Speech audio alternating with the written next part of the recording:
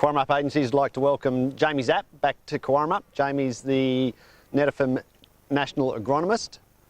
He's here with us today to discuss maintenance on your irrigation lines. Welcome, Jamie.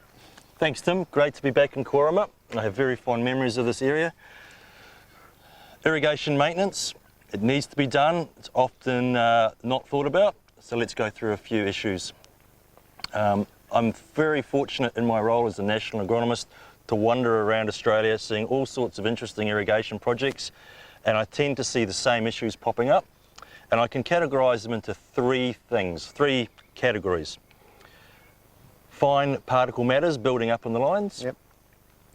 Mineral deposits such as limescale and iron oxides, or biological growth or fouling.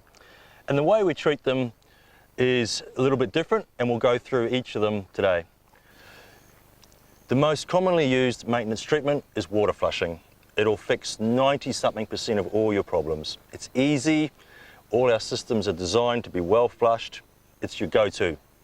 And it simply is opening a small number of lines at one time, say 6 to 8, and getting that high velocity water flush through. It'll carry away most of your trouble.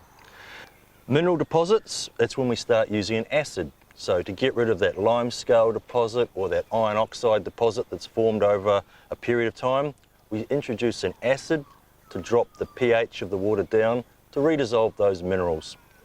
It's easy to do, and we'll talk more about that. Okay.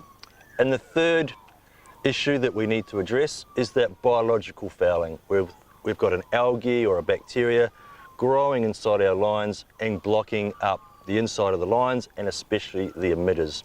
And that's where we use a sanitising agent like chlorine, or my favourite product, hydrogen peroxide. So that's when we dose in hydrogen peroxide to kill that material, and then we follow up with a water flush. Okay, yep. So Jamie, we're looking at post-harvest maintenance now. What should we be doing from here on in? Great question, Tim. Perfect timing. Now that we've shut down the irrigation system, we've got some time. Now's the time to start looking at those maintenance requirements. First of all, let's do a water line flush. So pressure up the system.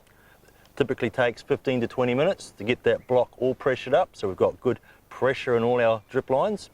And then come down to the flushing tap at the end of the lines and open about 6 to 8 at a time, no more. The reason we don't open them all is because we want high velocity water to travel down these lines and carry away that built up material. So turn your taps open, it'll jet out, have a look at the colour. Might need to be open for 3 to 5 minutes, dislodge that material, discharge it. Most of your work is done. Turn them off, move on to your next set of 6 and repeat till you've got to the end of the block. That is 95% of your irrigation maintenance right there. We then need to look at the internal health of our drip lines. So this is where I get a craft knife, I cut through the drip lines where there's an emitter, and I'll open up the emitter, like cutting it lengthways through the middle, so I can actually see the internal structures of that emitter. Okay, Jamie, so we've done our water flush. We're not quite happy with some of the drippers that are not emitting enough water. What's our next step? Righto.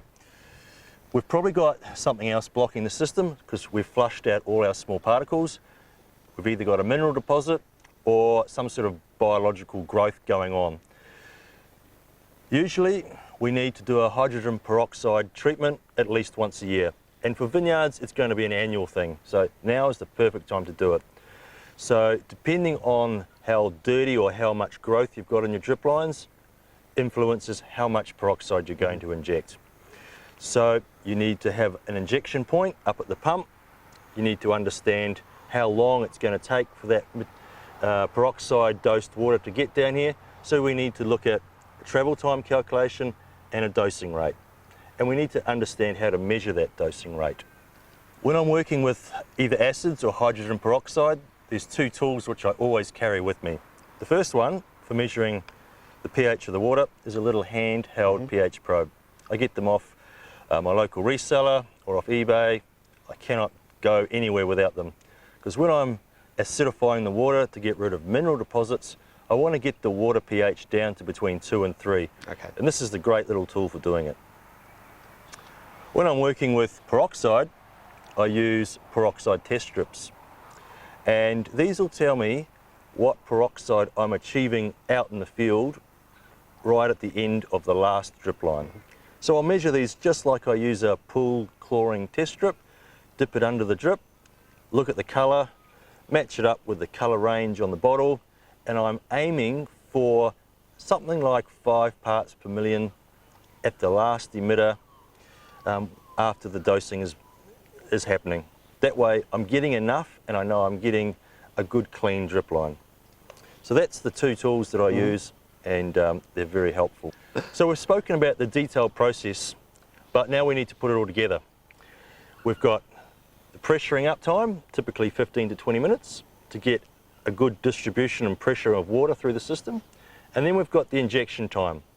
We want to have at least 45, 60 minutes of injection time to give the product, whether it's peroxide or acid, time to act, time to do its job. We follow up with a travel time or a push time to ensure all that product gets all the way to the last emitter and the last drip line and the last block. That can be a complex equation, but it's a process that we can work through. And how do our customers get more information on that process? Netafim have trained up staff at Cowaramup. We've got Brad and Simon who have attended Netafim's waterways courses. They're all over dripline maintenance. They're a great source of information. Great, thanks. So come into Cowaramup Agencies, catch up with Brad and Simon and Max, and they can help you out further with your irrigation maintenance post-harvest. Thanks, Jamie. Thank you, Tim.